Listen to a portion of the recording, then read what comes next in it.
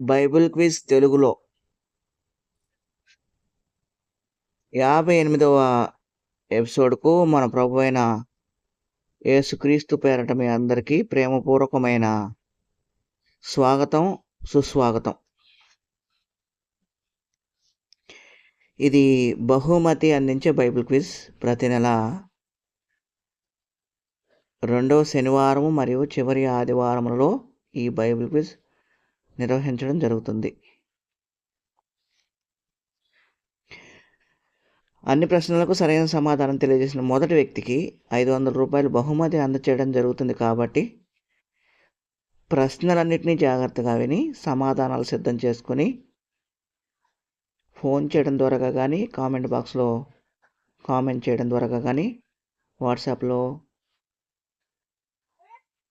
Message చేయడం ద్వారా కానీ సమాధానాలు తెలియజేయగలరు.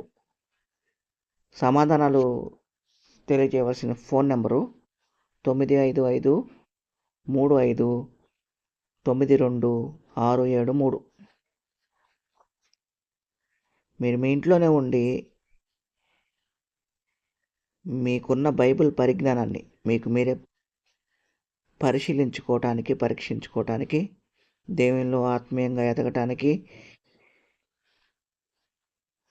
ఈ బైబిల్ క్విజ్ మీకు ఎంతగానో ఉపయోగపడుతుందని ఆకాంక్షిస్తున్నాం. బైబిల్ క్విజ్ తెలుగులో 57వ ఎపిసోడ్ విజేత గుంటూరు జిల్లా పొన్నూరు మండలం చింతలపూడి గ్రామంకు చెందిన కొండూరి ఝాన్సీ గారు. ఝాన్సీ గారు మీకు మా S&S ఐడియాస్ యూట్యూబ్ ఛానల్ తరపున ఈ కార్యక్రమంలో పాల్గొనుతున్న మా అభ్యర్థులందరి తరపున హృదయపూర్వకమైన శుభాభినందనలు. దేవుని కృప కనికరములు ఎల్లప్పుడూ మీకును మీ కుటుంబ సభ్యులకును తోడుగా ఉండాలని హృదయపూర్వకంగా ప్రార్థిస్తున్నాం. బైబిల్ క్విజ్ తెలుగులో 57వ ఎపిసోడ్లో పాల్గొని సమాధానాలు తెలియజేసిన మిగిలిన సభ్యులందరికీ కూడా హృదయపూర్వకమైన వందనములు.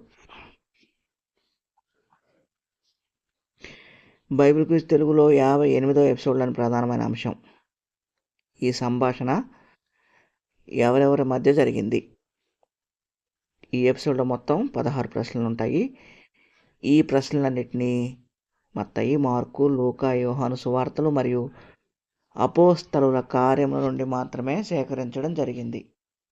అభ్యర్థులు ఈ విషయాన్ని తప్పక గమనించగలరని మనవి.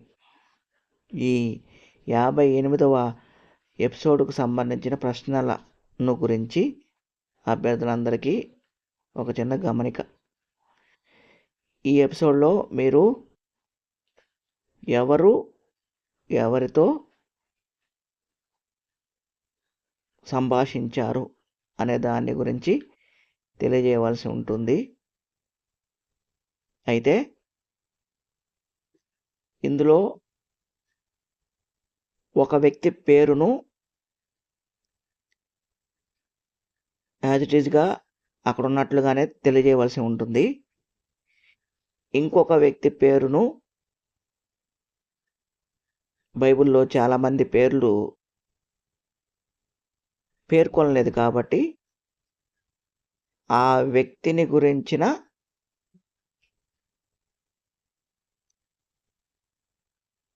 అడ్రస్ లేకపోతే ఆ వ్యక్తిని గురించిన వృత్తి ఏదైనా ఒకటి తెలియజేయవలసి ఉంటుంది. ఉదాహరణకు ఒక వ్యాపారి యేసుతో మాట్లాడాడు అంటే ఇక్కడ యేసు అనే పేరు ఉంది. వ్యాపారి అంటే ఆ పేరు వ్యాపారి పేరు లేదు కాబట్టి మనం వ్యాపారి అంటున్నాం. లేకపోతే యేసు దొంగతో మాట్లాడాడు అట్లా ఆ దొంగ పేరు లేదనుకోండి, మీరు ఆ వ్యక్తిని అక్కడ దేంతో బైబిల్లో మనకి చెప్తున్నారో అంటే ఏ వృత్తితో కానీ లేక దేంతో చెప్తున్నారో ఆ పేరుతో మీరు చెప్పవలసి ఉంటుంది. గుర్తుపెట్టుకోండి.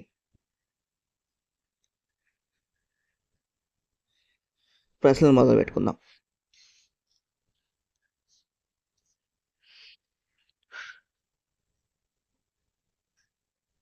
మొదటి ప్రశ్న, నీవెవరవో నేనెరుగుదును. నీవు దేవుని పరిశుద్ధుడవు.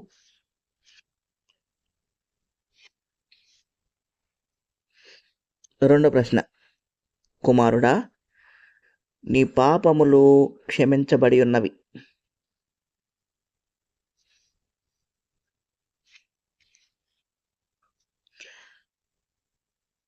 మూడో ప్రశ్న, అయ్యా, నీవు ప్రవక్తవని గ్రహించుచున్నాను.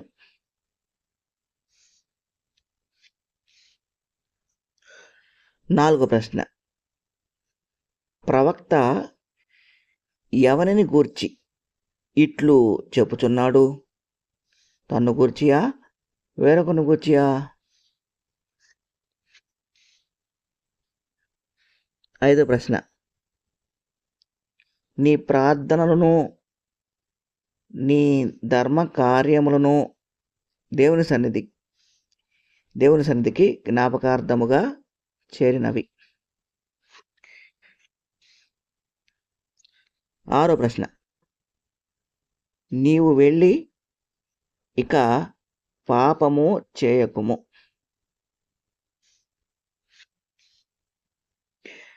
ఏడో ప్రశ్న, నీవు లేచి మధ్యను నిలువుము.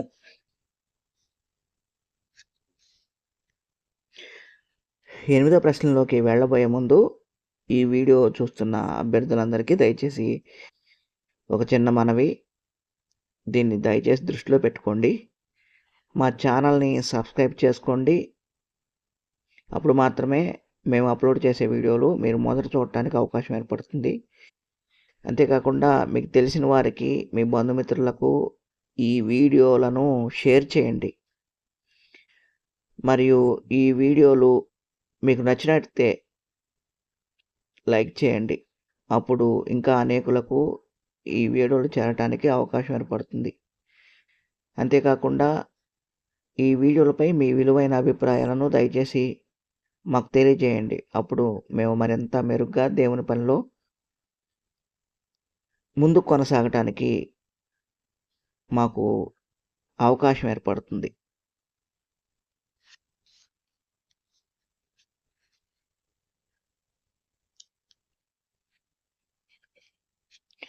ఎనిమిదో ప్రశ్న, నీవు నీ ఇంటి వారి వద్దకు వెళ్ళి ప్రభు నీయందు కనికరపడి నీకు చేసిన కార్యములన్నిటినీ వారికి తెలియజెప్పుము.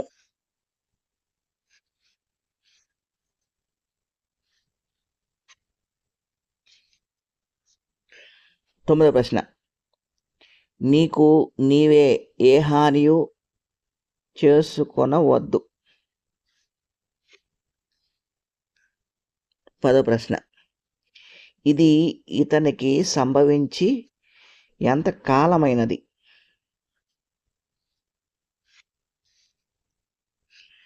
11వ ప్రశ్న, బోధకుడా, నీవెక్కడికి వెళ్ళినను నీ వెంట వచ్చెదను. 12వ ప్రశ్న, నీవు ఆయనను చూచుచున్నావు, నీతో మాట్లాడుచున్నవాడు ఆయనే. 13వ ప్రశ్న, నీవేమి చేయబోచున్నావు? ఈ మనుష్యుడు రోమియుడు సుమి. 14వ ప్రశ్న, నీవు సరిగా ఉత్తరమిచ్చితివి, అలాగు చేయుము, అప్పుడు జీవించదవు.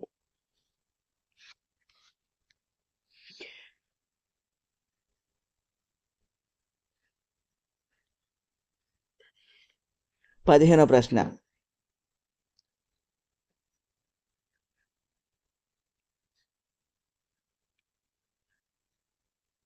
నీ కుమార్తె చనిపోయినది, బోధకుని శ్రమ పెట్టవద్దు.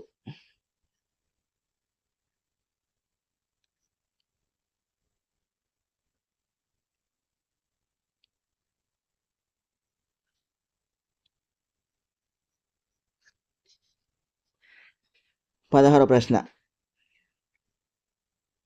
ఈ 2 ఆజ్ఞలు ధర్మశాస్త్రమంతటికిని ప్రవక్తలకును ఆధారమై ఉన్నవి. ఇవండి మీకు ఇచ్చిన మొత్తం